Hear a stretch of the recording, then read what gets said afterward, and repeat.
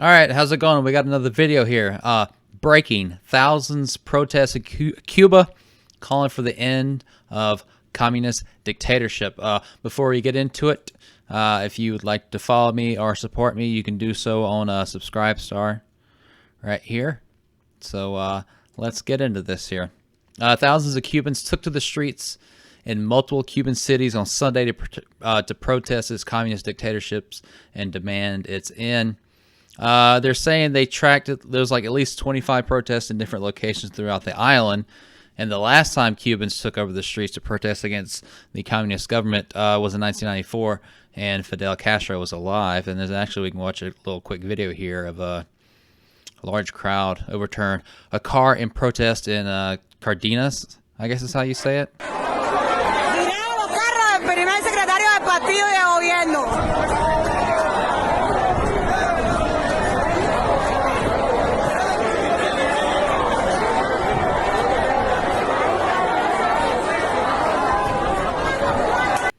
And it's basically just showing that. Thousands of Cubans took to the streets in multiple Cuban cities on Sunday to protest its communist dictatorship and demand its end. CBS Miami reports that civil unrest has boiled over due to the COVID-19 pandemic, with protests chanting, "We are not afraid," as they called for more food and vaccines. So it seems like not only the COVID restrictions and stuff, like, because I did a video, was the day before yesterday, I believe, how like the COVID vaccines, like almost like the forced lockdowns in certain areas, like made like parents like pay more attention to what was being taught to their children. It seems like it's been a like 2020 was a time where certain things were like brought to the surface that were issues been brought forward, and this may be another one for 2021. Watch. The people of Cuba have one simple demand: liberty. And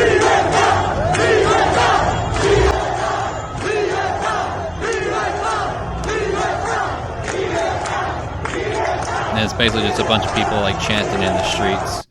There's a couple of like videos that are on Twitter that we'll go over, and this is a little side note, but it's kind of interesting that like the smartphone, and as bad as Twitter can be about like kind of like their leftist agenda and policy they push, like Twitter has become a source for like when something happens, like someone can instantly film it on their phone and upload it to Twitter, and it can go viral and be spread out very rapidly. So there's like with technology, things are getting spread much quicker. We're not going to hand over the sovereignty or the independence of the people, said Cuban President Miguel Diaz-Canel in an address to his citizens. There are many revolutionaries in this country who are willing to give our lives. We are willing to do anything, and we will be in the streets fighting. The Miami Herald reports that Cuba is in the midst of its worst economic contraction since the end of the Cold War. They attribute chronic inefficiencies and paralyzing bureaucracy, decimated essential food and agricultural sectors. Raising inflation has also led to long lines for food. They're saying sanctions from the Trump administration reduced Cuba's access to foreign investments and remittances that exacerbated fiscal realities exposed further by COVID-19. We've never seen anything like this before. Republican Representative Maria Alvarez Salazar wrote on Twitter, "The Cuban people are determined to be free." This is her saying tens of thousands of people in Cuba are protesting this very moment. The regime is shutting off the internet on the island. The Castro dictatorship doesn't want the world to see what's happening.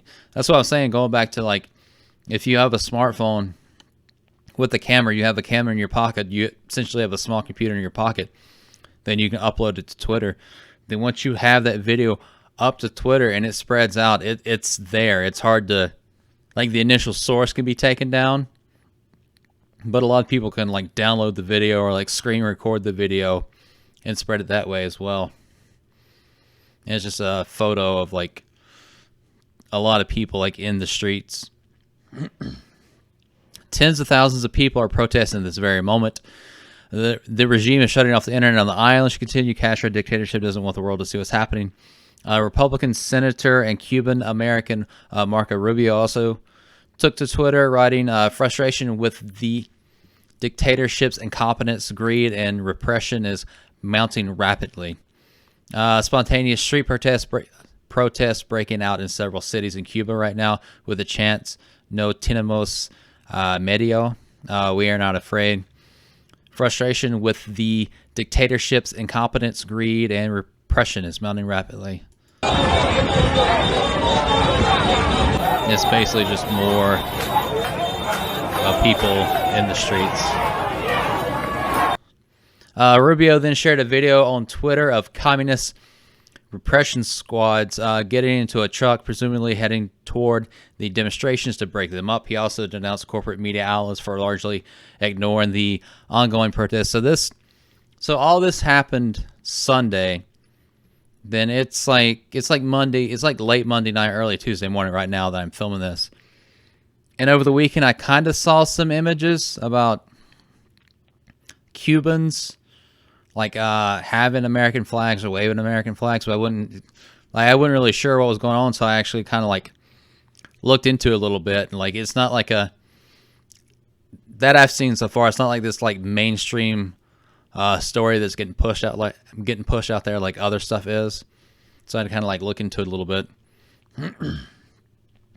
The communist repression squads in Cuba. Anyway, play this here, if it'll play.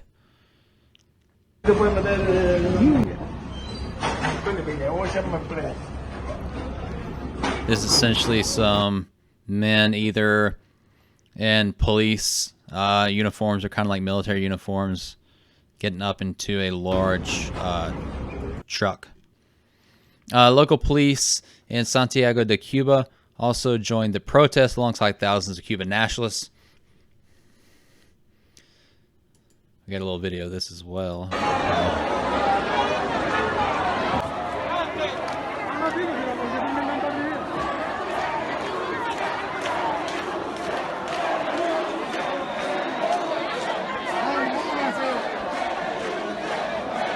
Am I assuming it's supposed to be this individual that they're saying is the police?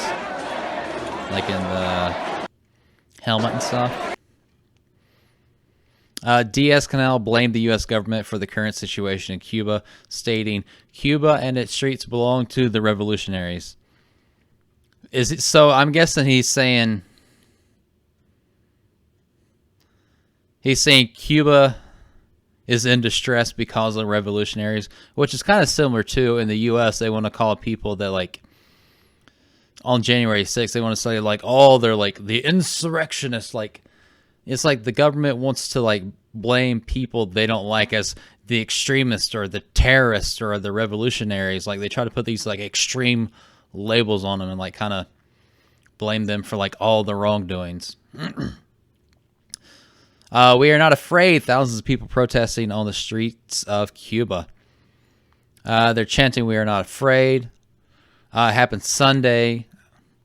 Local leaders took to social media in support of demonstrations. And this is Danielle Levine Cava. We stand united with the Cuban people on the island and across our community at this historic moment in the struggle for freedom, dignity, and basic human rights, wrote Miami-Dade Mayor Danielle Levine Cava on Twitter.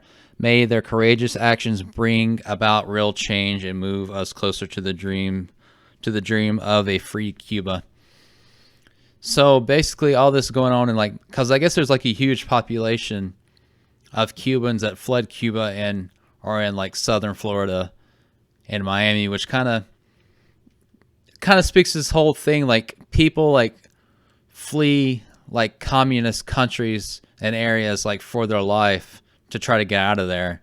But it's kind of silly that like you have these like leftists And a lot of times they seem to be kind of like these, I think a big portion of them kind of be like they had like either a middle class or upper middle class bringing. They're kind of brought up in a bubble. And maybe they were like handed everything. Maybe their like parents handed everything to them. And now they're like out in the real world and they got to work for stuff. And they hate it. Like, oh, well, housing should be free and healthcare should be free and everybody should get paid for just living. They're brought up in this like very privileged bubble, but they think that they're the victims of the world, and they want to like bring communism. Like everybody should have everything they want. I'm like, no, it doesn't work that way. And it's going back over Salazar's tweets, also Rubio's tweets. In a statement, Rep. Mario Diaz-Balart called for U.S. to rise up in support of the island nation. Now more than ever, the United States and the international community must support the Cuban people in their struggle for freedom. The humanitarian crisis Cuba faces right now is yet another symptom of the incompetence and absolute cruelty of the Cuban tyranny. He said, "We know what freedom means for the Cuban people, and now, while the regime uses savage violence against the people peacefully demonstrated in the streets, the world has the obligation to stand with the brave Cuban people." As a result of the unrest, Miami, Florida, Francis Suarez and members of the city commission gathered Sunday evening for a press conference to discuss the latest developments out of Cuba. He had a presser. At the same time, Miami City Commission held its presser. The democracy movement gathered for a demonstration outside Versailles. The movement also invites the exile community to be present and show their support to the Cuban people that at this time are demanding their civil rights and expressing their discontent with the oppressive Castro Diaz-Canel regime, the group said in a statement. It was an emotional day for Andrew Suarez, who fled the communist country just years ago. It is magical. I'm actually more emotional by the fact that I am seeing this happen in Cuba. That is something very difficult. We can do this. We can do this. We live in freedom. We live in a system that allows us to express ourselves, he said at the Versailles gathering. They're saying that also the Miami police chief, Art Avicito, announced that the department shut down a couple of streets for the demonstration, which is a short video of just them kind of just showing that off as well. So basically, there's an issue that's making the communist Cuba even worse than what it was before. So it's kind of, I guess the people are like at a tipping point and they're starting to rise up, which it's the same. I don't want to say the same, but it's a similar thing that happened with, I'm blanking right now. The other country, I believe in like South America, that was like this, it had like all these natural resources, like oil reserves and all this stuff, and they became like, communist, socialist and all this stuff, and then now those people are like starving. They had a combined weight loss of like 20-something pounds. And like people keep, like these naive people keep bringing up like, no, communism, no, it'll be different this time. Like, no, I'll be in charge, or we'll be in charge, and we'll be peaceful to everybody. But they don't understand this, like even if they think that people are going to get into power and then they're going to abuse the power if they have absolute power over the people, which is kind of a testament to the U.S. and like it being kind of because it's not a democracy, it's a constitutional republic. It's supposed to be by the people, for the people. So, what are your thoughts on that? If you like this, you can like, follow, and subscribe. Like I said, I put the video up on YouTube. I have like the video up on BitChute as well. Now I'm sharing it out to like Parler, Gab, Minds, Facebook. I also got the audio version out as well if you want to listen while you're doing something else. So You can just tell me what your thoughts are below in the comments. So it's, I mean, it's sad to say, but it's a kind of like a communist country or area that's kind of like abusing the people, and the elites are the ones that are like well fed and well kept, and maybe the majority of the country is like essentially starving. So, all right, that's it.